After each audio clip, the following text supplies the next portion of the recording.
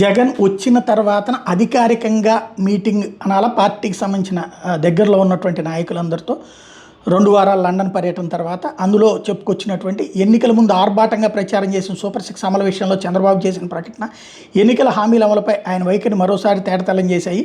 Super 6 హామీల అమలు మీద చేతులెత్తేయడమే కాకుండా అందుకే ఏవేవో సాకులు చెప్తూ ప్రజలు నమ్మేలా ప్రచారం చేస్తున్నారు. అలాని ఇప్పుడు ఆచరణకు సాధ్యం కాదంటూ ప్రచారం చేస్తున్నారు. ఒకవైపు హామీలన్నీ తొంగలో తొక్కడం, మరోవైపు విద్యుత్ ఛార్జీల మోత ఇవన్నీ ప్రజల్లోకి తీసుకెళ్లాలి, సంపద సృష్టించడం తనకు తెలుసు అంటూ ప్రచారం చేసుకునే చంద్రబాబు కేవలం అప్పులతోనే కాలం వెళ్ళదీయడం వంటి అంశాలను కూడా ప్రజల్లో ఎండగట్టాలి.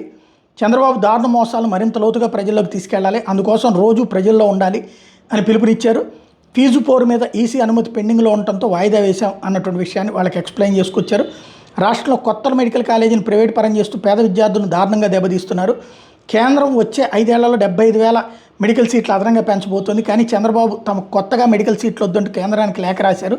పేద విద్యార్థుల పక్షాన్ని ఈ అంశాన్ని ఫీజు పోరులో భాగం చేద్దాం, రాష్ట్రంలో మెడికల్ సీట్ల కుదింపు, కొత్త మెడికల్ కాలేజీల ప్రైవేటీకరణ అంశాన్ని కూడా ఫీజుల పోరులో భాగంగా చేసి పేద విద్యార్థుల పట్ల చంద్రబాబుకు ఉన్న కక్షను ప్రజల్లో బయటపెట్టాలి, బట్టబయలు చేయాలి.